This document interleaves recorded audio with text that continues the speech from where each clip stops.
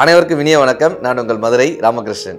இந்த வாழ்க்கையை நல்ல ஒரு அறிவு கொண்டு, இந்த காலை நேரத்தை ஒரு உற்சாகமான சிந்தனைகளை கொண்டு, ஒரு கதைகளை கொண்டு, கருத்துக்களை கொண்டு ஏதேனும் ஒரு வகையில் இந்த வாழ்க்கையை வடிவமைத்து விட மாட்டோமா, நல்ல செய்திகளின் மூலமாக இந்த நாளை இனிய நாளாக கடந்து விட மாட்டோமா என்கிற ஒரு மிகப்பெரிய முயற்சி தான் இந்த நிகழ்ச்சியினுடைய ஒரு மாபெரும் நோக்கமே.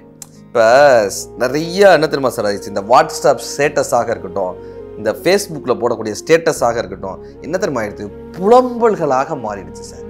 அடுத்தவர்களை குறை சொல்வதாக மாறிடுச்சு. ஏதோ ஒரு வகையில் தன்னை பற்றிய ஒரு புலம்பல்கள், ஏதோ ஒரு புலம்பல்கள் சொல்லிக்கொண்டே இருக்கிற மாதிரி இந்த வாட்ஸ்அப் ஸ்டேட்டஸாக இருக்கட்டும், ஸ்டேட்டஸ் போடுறதுனாலே இன்றைக்கி வந்து புலம்பல்கள், நான் எவ்வளோ கஷ்டப்படுறேன் தெரியுமா, என்னுடைய வாழ்க்கை எப்படி தெரியுமா மாறிக்கிட்டே இருக்குது, இப்படி சொல்லக்கூடிய புலம்பல்களை நம்ம அதிகமாக பார்க்கவே முடியுது.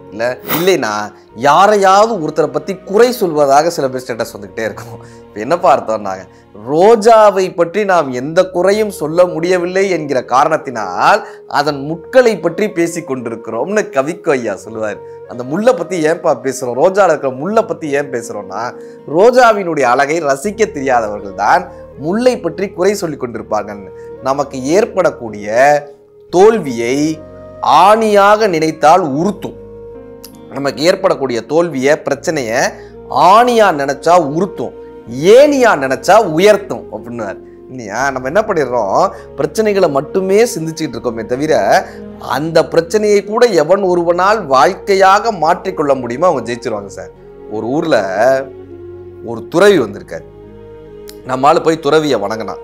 ஐயா, எனக்கு வாழ்க்கையில் எப்போ பார்த்தாலும் பிரச்சனையாகவே இருக்குது, சங்கடமாகவே இருக்குது, இந்த மாடெல்லாம் வச்சுருக்கேனே அதெல்லாம் பெருசாக பால் கறக்க மாட்டேங்குது, நானும் என்னெல்லாமோ வியாபாரம் பண்ணி பார்க்குறேன், எல்லாம் தோல்வியாக இருக்குது, இந்த மாட்டு வியாபாரமும் தோல்வியாக இருக்குது, பால் வியாபாரமும் தோல்வியாக இருக்குது, என்னங்கய்யா பண்ணுறது, நீங்கள் தான் ஏதாவது அருள் பாவிக்கணும்னு அந்த சாமியாரை கும்பிட்றான்.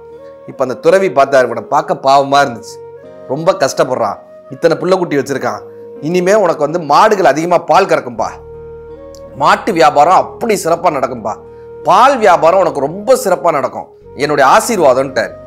அவனுக்கு அவ்வளவு சந்தோஷம். அந்த துறவி சொன்ன மாதிரியே பால் அப்படி கறக்குது சார், மாடெல்லாம் அப்படி பால் கறக்குது. இவனுக்கு அவ்வளவு சந்தோஷம். ஒரு 2 வருஷம் 3 வருஷத்துல பெரும் பணக்காரன் ஆயிட்டான். இந்த கிட்டத்தட்ட இந்த 2 மாடு வச்சிருந்தவன் ஒரு 50-60 மாடுகள் இருக்கிற அளவுக்கு பெரும் பணக்காரன் ஆயிட்டான் ஒரு 3 வருஷத்துல. இந்த 3 வருஷம் கழிச்சு அதே சாமியார் அதே ஊருக்கு வந்தார்.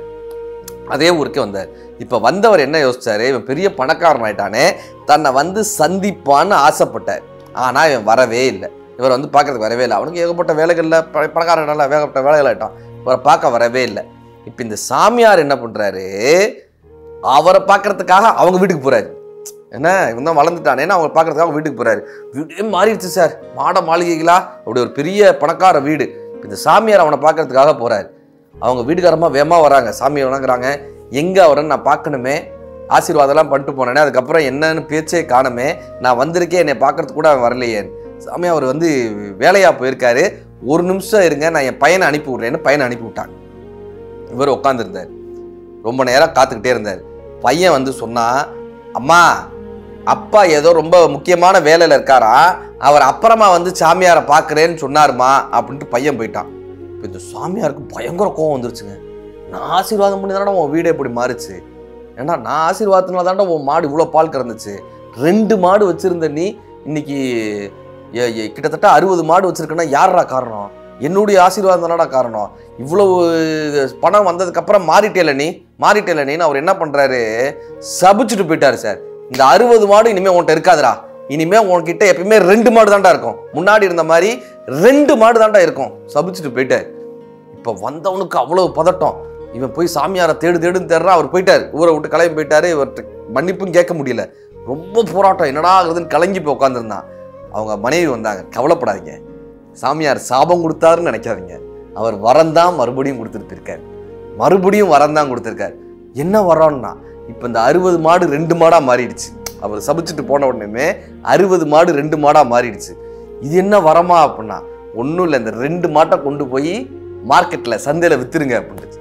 இப்போ 2 மாட்டையை எடுத்துகிட்டு போய் சந்தையில் கொண்டு போய் விற்றுட்டான். விற்றுட்டு வீட்டுக்கு வந்து பார்த்தான், வீட்டில் 2 மாடு இருந்துச்சு. அவர் சாபம் கொடுத்துட்டு போயிட்டார்ல, இனிமேல் உங்கள் வீட்டில் 2 மாடு தான்டா இருக்கும்னு சாபம் கொடுத்துட்டு போயிட்டார்ல, வந்து பார்த்தா 2 மாடு இருந்துச்சு.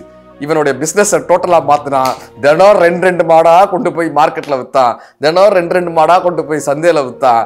முன்னாடி இருந்த அப்போ நிலைமையை விட இன்னொரு 10 மடங்கு அதிகமான ஒரு சம்பாத்தியத்தோட தன்னுடைய வாழ்க்கையை மாற்றிக்கொண்டான்னு அற்புதமான கதை வரும். யாருக்கு தனக்கு கொடுக்கக்கூடிய சாபத்தை கூட வரமாக மாற்றிக்கொள்ளக்கூடிய திறமை இருக்கிறதோ அவங்க ஜெயிச்சிருவாங்க சார். புலம்பாம எனக்கு வாழ்க்கையில் இப்படி ஆயிடுச்சு, எனக்கு இந்த சங்கடம் வந்துருச்சு, அந்த சங்கடம் வந்துருச்சுன்னு புலம்பாம அந்த சபலத்தை கூட யார் ஒருவரால் மாற்ற முடியதில்லை, ஜெயிச்சிருவாங்க.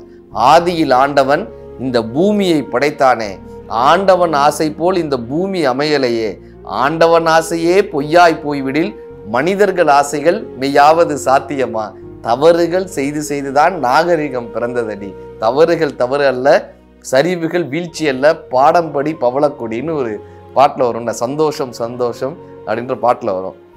என்ன பார்த்தோம்னா தவறுகள் செய்துதாங்க நம்ம வாழ்க்கையில் புது விஷயங்களை கண்டுபிடிக்கவே முடியும். நான் சமீபத்தில் படிக்கிற வில்ஹம் ரெங்டன், அந்த சயின்டிஸ்டோடைய பேர் வில்ஹம் ரெங்டன். அவர் என்ன தெரியுமா பண்ணுறாரு, எலக்ட்ரிக்கல் டியூப் வச்சு எக்ஸ்பெரிமெண்ட் பண்ணுறாரு. ஒரு பெரிய எக்ஸ்பெரிமெண்ட், எலக்ட்ரிக்கல் டியூப் வச்சு ஒரு எக்ஸ்பெரிமெண்ட் பண்ணுறாரு.